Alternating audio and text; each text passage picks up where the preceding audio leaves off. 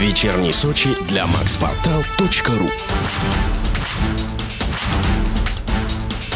Учебная тревога в 7-й школе. Преподаватели и учащиеся были эвакуированы в считанные минуты. А как нужно? Домашнее задание, пора. Спасибо большое. Учебный процесс в разгаре. Прервать его может только тревожный сигнал. Главная задача – срочно эвакуировать детей. Такие мероприятия в учебных заведениях проводятся ежеквартально. От действий взрослых зависят детские жизни.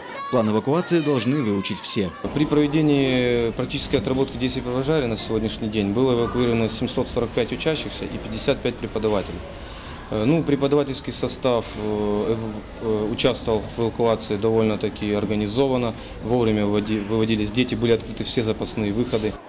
Эвакуация заняла 4 минуты. Это хороший показатель. Тем более, что детей особенно сложно организовывать. К школам всегда особое внимание, но грамотная профилактика и неукоснительное исполнение требований пожарной безопасности снижают риск до минимума. Владимир Андреев, Арсен Махиев, Вечерний Сочи. Все новости Сочи на maxportal.ru.